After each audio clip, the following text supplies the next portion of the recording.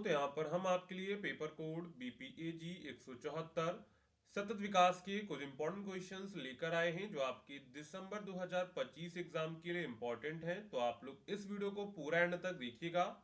अगर आपको वीडियो पसंद आता है तो वीडियो को लाइक करिएगा, चैनल को सब्सक्राइब करिएगा एंड वीडियो को अपने दोस्तों में शेयर करना मत भूलिएगा। अगर आप लोग इस सब्जेक्ट के गैस पेपर को परचेज करना चाहते हैं जिसमें आपके हमने 20 से 25 इंपॉर्टेंट क्वेश्चंस को कवर किया हुआ है, अगर आप लोग गैस पेपर जो हम क्लास करा रहे हैं अगर आप लोग इसको अच्छे से कंप्लीट कर लेते हैं तो ये आपका जो है पेपर 100% क्लियर हो जाएगा। अगर आपको गैस पेपर परचेज करना है तो आप लोग जो है 9580023321 इस नंबर पे आप लोग जो है व्हाट्सएप मैसेज करके परचेज कर सकते हैं, या फिर आप गूगल पे जाइए, वहां पे सर्च करिए shop.hindustannowledge.com। जैसे आप सर्च करेंगे तो इस तरह की वेबसाइट जो है हमारी आपके सामने खुल के आ जाएगी। ठीक है, अब आपको सिंपली क्या करना है, सर्च कोड पे जाना है। यहाँ पर आपको सभी गैस पेपर के जो है सोल्यूशन मिल जाएंगे। सिंपली सर्च कोड पे जाएंगे और यहाँ पर आपको अपना पेपर कोड टाइप करना है, जैसे BPAG 174। ठीक है, आपके जितने भी पेपर कोड्स हैं सभी के गैस पेपर इस वेबसाइट पे आपको मिल जाएंगे। सिंपली आपको जिस भी लैंग्वेज में डाउनलोड करना है सिंपली उस पर क्लिक करेंगे। बाय नाउ पर क्लिक करके आप लोग जो है इसको परचेज कर सकते हैं। ठीक है, अगर आपको कोई प्रॉब्लम होती है तो आप लोग जो है 9580023321 इस नंबर पे जो है व्हाट्सअप कर सकते हैं। ठीक है, अब वापस चलते हैं अपने प्रश्नों पर। तो यहाँ पर हमारा प्रश्न है, सतत विकास का अर्थ बताइए तथा कार्य क्षेत्र की चर्चा कीजिए। यानी सबसे पहले आपको बताना है कि सतत विकास क्या होता है और उसका कार्य क्षेत्र क्या है। तो सतत विकास का अर्थ है ऐसा विकास जो आज की पीढ़ी की जरूरतें पूरी करे, यानी वर्तमान में जो भी चीजें हैं उनकी पूर्ति करे, लेकिन आने वाली पीढ़ियों की जरूरतों से समझौता ना करें। अगर हम लोग दूसरे शब्दों में कहें तो सतत विकास वह प्रक्रिया है जिसमें आर्थिक प्रगति, सामाजिक न्याय और पर्यावरण संरक्षण इन तीनों का संतुलित रूप से विकास किया जाता है। इसका मुख्य उद्देश्य है प्रकृति के संसाधनों का उपयोग सोच समझकर करना ताकि ये संसाधन भविष्य में भी उपलब्ध रहें। तो सतत विकास का अर्थ होता है कि हमारी वर्तमान में जरूरतें पूरी हो, लेकिन आने वाली जो पीढ़ी है उसके लिए भी हमको संसाधन बचा के रखने हैं। अगर हम लोग दूसरे शब्दों में कहें तो सतत विकास वह प्रक्रिया है जिसमें आर्थिक प्रगति भी हो, सामाजिक न्याय भी हो और पर्यावरण संरक्षण भी हो। अगर इन तीनों का संतुलन होता है तो वो सतत विकास कहलाता है। सतत विकास का विचार हमें यह सिखाता है कि केवल उद्योग, खेत या सड़कें या आर्थिक संसाधन बढ़ाना ही विकास नहीं है, बल्कि स्वच्छ हवा, साफ पानी, हरियाली, सामाजिक समानता और सुरक्षित भविष्य भी उतने ही आवश्यक है। यानी हमको ये नहीं करना है कि हम खेत बढ़ा रहे हैं, सड़कें बढ़ा रहे हैं या फिर आर्थिक संसाधन बढ़ा रहे हैं। ये सतत विकास नहीं है। क्या है? खेत बढ़ाना, आर्थिक संसाधन बढ़ाना, इंफ्रास्ट्रक्चर बढ़ाना, ये सतत विकास नहीं है, बल्कि हमें स्वच्छ हवा, साफ पानी, हरियाली, सामाजिक समानता और सुरक्षित जो भविष्य है वो भी उतने आवश्यक हैं जितना कि खेत, उद्योग, सड़क, ये चीजें हैं। ठीक है, अब देखते हैं सतत विकास के मुख्य कार्य क्षेत्र। तो सतत विकास कई क्षेत्र में काम करने की जरूरत पर जोर देता है। इसके प्रमुख कार्य क्षेत्र निम्नलिखित हैं। पहला है पर्यावरण संरक्षण, यानी सतत विकास का सबसे पहला कार्य क्षेत्र क्या है? सबसे पहला कार्य क्षेत्र है पर्यावरण का संरक्षण करना। सतत विकास का सबसे महत्वपूर्ण क्षेत्र है पर्यावरण को बचाए बिना दीर्घकालीन विकास संभव नहीं है।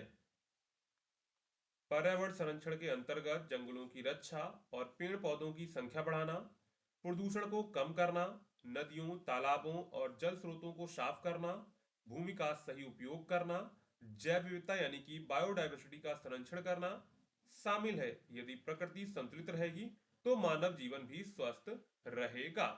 यानी कि सतत विकास कहता है कि पर्यावरण को बचाए बिना हम दीर्घकालीन विकास नहीं कर सकते हैं। पर्यावरण को बचाए बिना दीर्घकालीन विकास संभव नहीं है। इसका मतलब क्या है? इसका मतलब यह है कि हम पर्यावरण को बचाए बिना जो है दीर्घकालीन विकास नहीं कर सकते हैं। ठीक है, इसके बाद अगला है प्राकृतिक संसाधनों का समुचित उपयोग करना।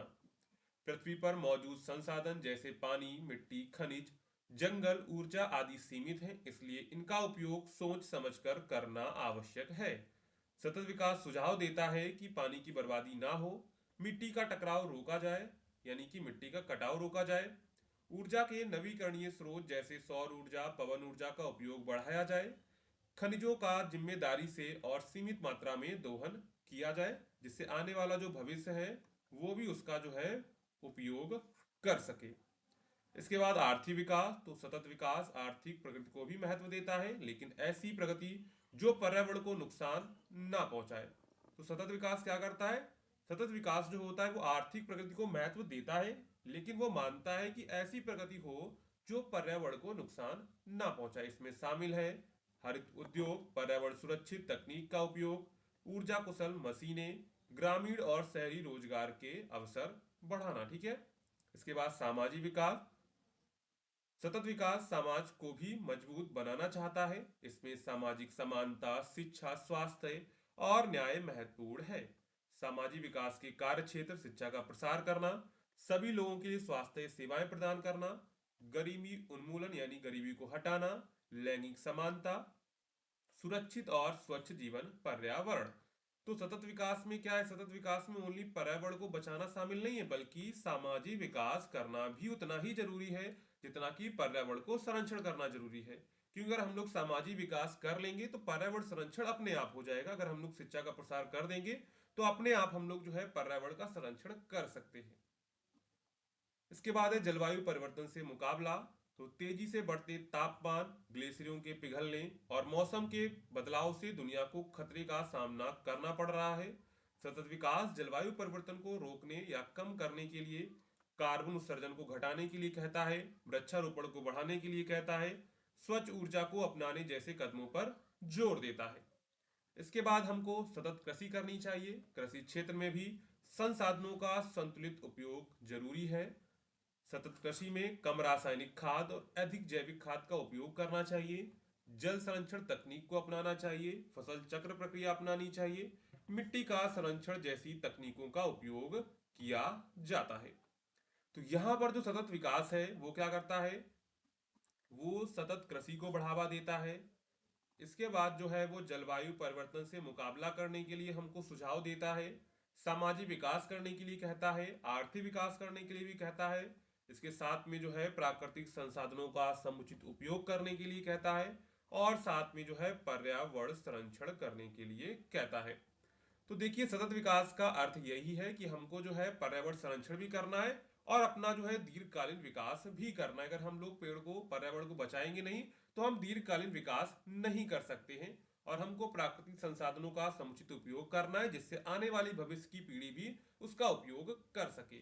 इसके बाद हमको आर्थिक विकास भी करना है, लेकिन हमको पर्यावरण को नुकसान पहुंचाए बिना जो है आर्थिक विकास करना है। ठीक है।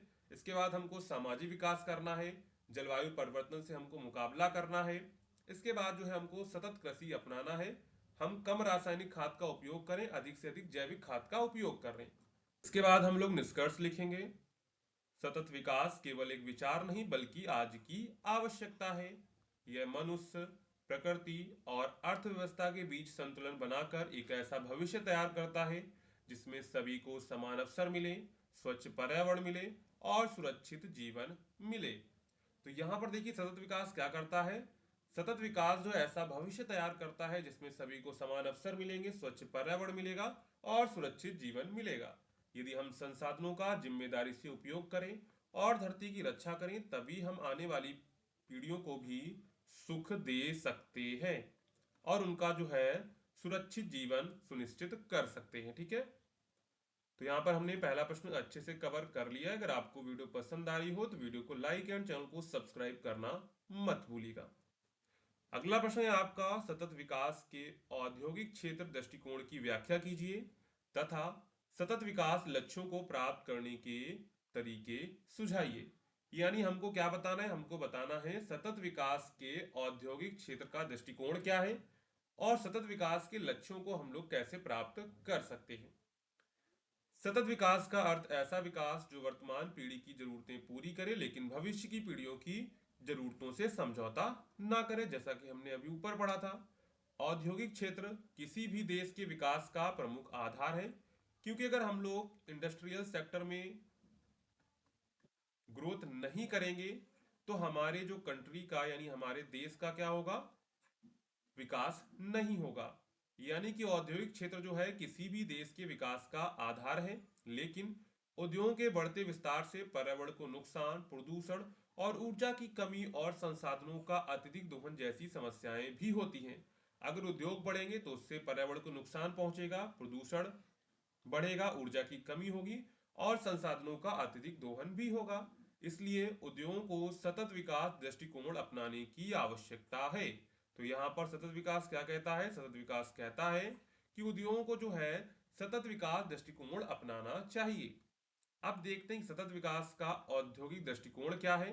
तो सबसे पहले दृष्टिकोण कहता है पर्यावरण अनुकूल उत्पादन। यानी सतत विकास क्या कहता है, सतत विकास का जो है औद्योगिक क्षेत्र दृष्टिकोण क्या कहता है, वो कहता है कि पर्यावरण अनुकूल उत्पादन हमको करना है।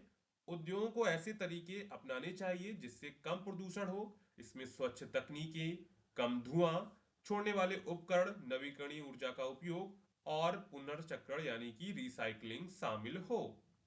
इसके बाद संसाधनों का कुशल उपयोग करें।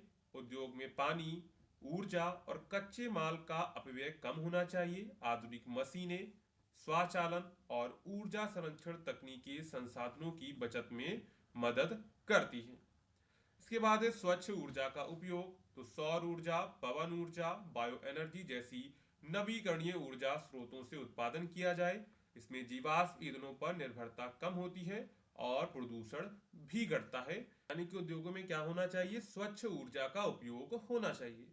इसके बाद कचरा प्रबंधन और पुनर्चक्रण होना चाहिए। उद्योगों द्वारा पैदा किए जाने वाले ठोस, तरल और गैसीय कचरे का वैज्ञानिक तरीके से निपटान जरूरी है। कचरे को कम करना, पुनः उपयोग करना और पुनर्चक्रण करना सतत विकास की ओर एक सबसे बड़ा कदम है। ठीक है। इसके बाद ग्रीन टेक्नोलॉजी का प्रयोग, पर्यावरण को कम क्षति पहुंचाने वाली ग्रीन तकनीकी जैसे जल शोधन संयंत्र, धुआं फिल्टर, ऊर्जा दक्ष मशीनें आदि उद्योग को अधिक टिकाऊ बनाती है। यानी हमको ग्रीन टेक्नोलॉजी का प्रयोग करना चाहिए।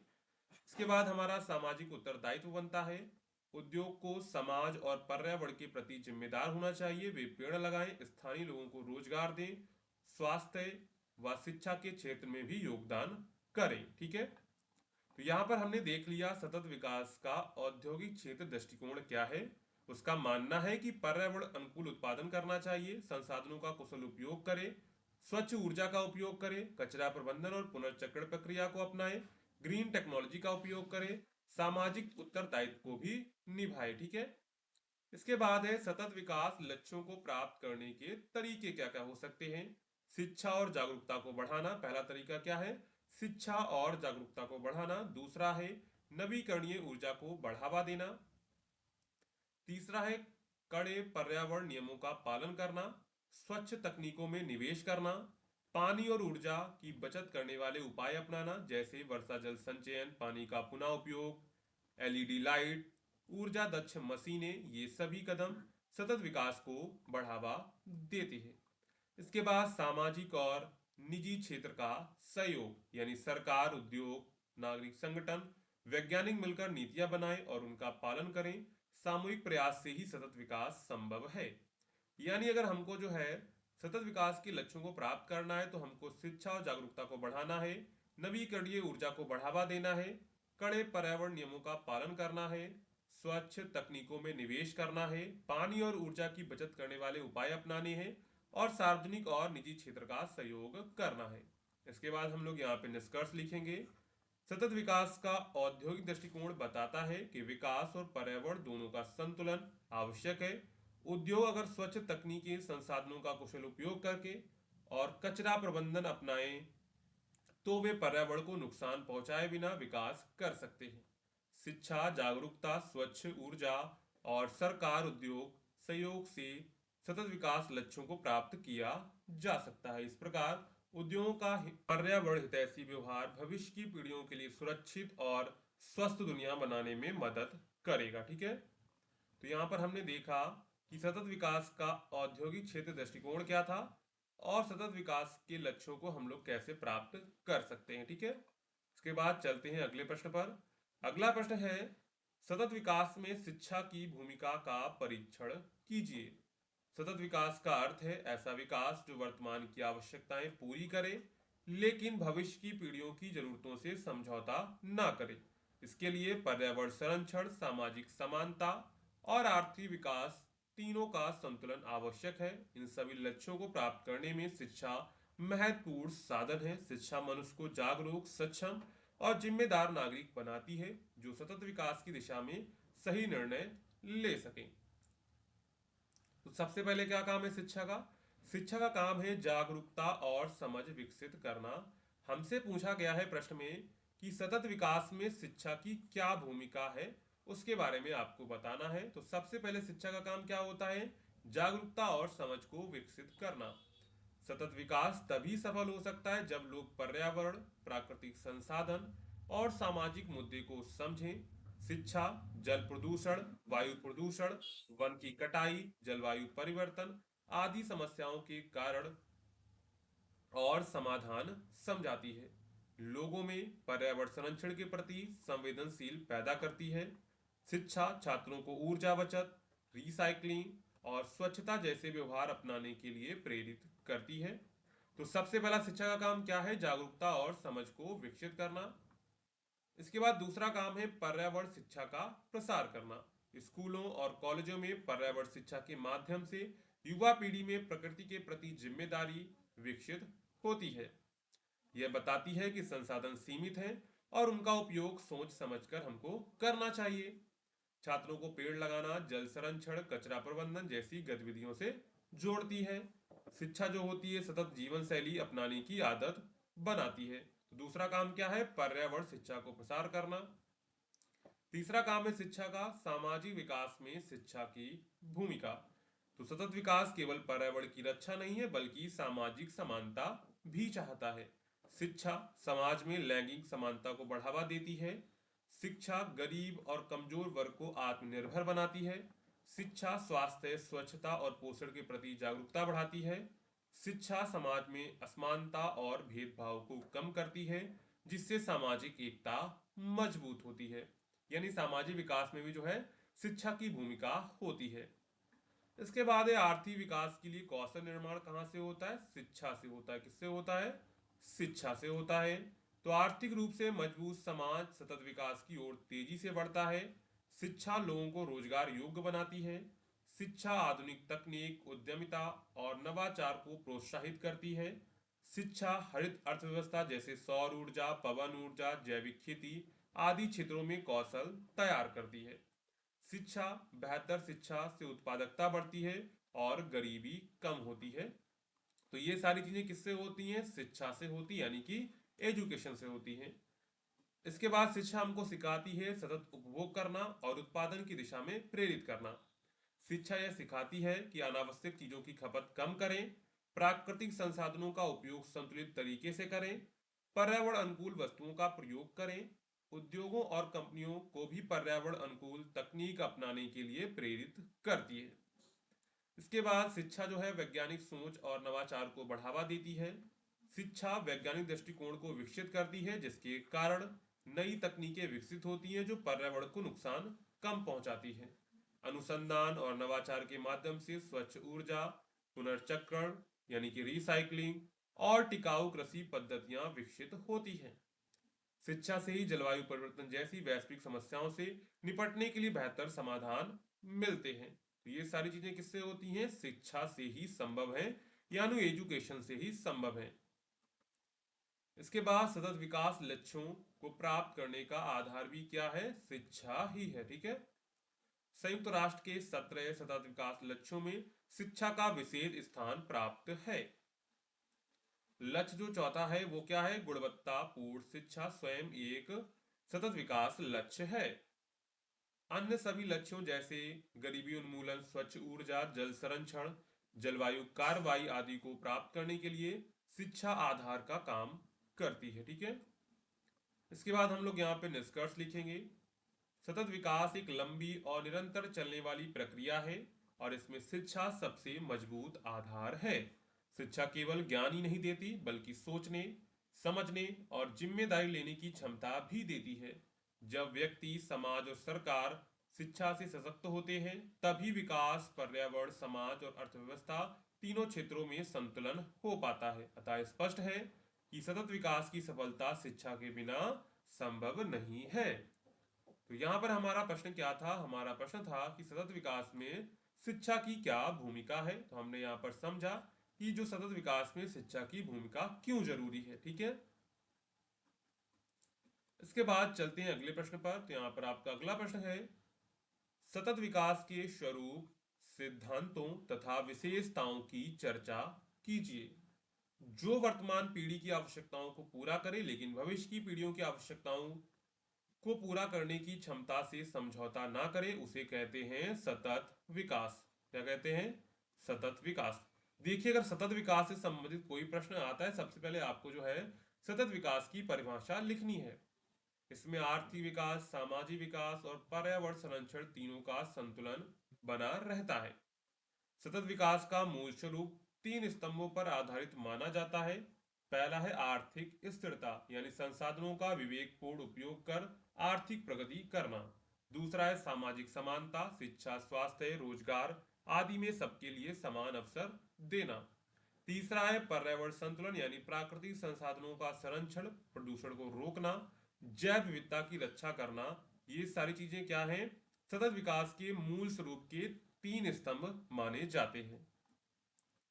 इस प्रकार सतत विकास केवल आर्थिक लाभ से जुड़ा नहीं है, बल्कि यह मानव और पर्यावरण के बीच संतुलित स्थापित करता है, यानी कि संतुलित संबंध स्थापित करता है। सतत विकास के सिद्धांत।